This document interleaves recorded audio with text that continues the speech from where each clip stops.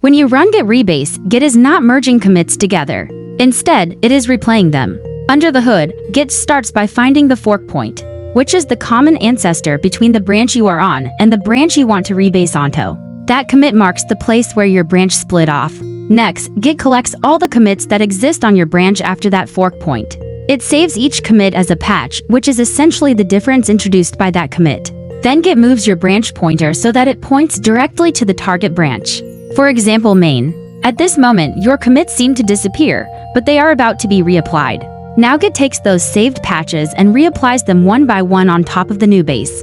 For each replayed patch, Git creates a brand new commit object with a new hash. Because the parent is different. The content may be the same, but the history is new. The old commits are still in the object database but no longer referenced. So eventually they are cleaned up. If a patch cannot be applied cleanly because of changes on the other branch, Git stops and marks a conflict. You resolve the conflict, stage the fix, and continue the rebase. If you want to cancel the whole process, you can abort the rebase.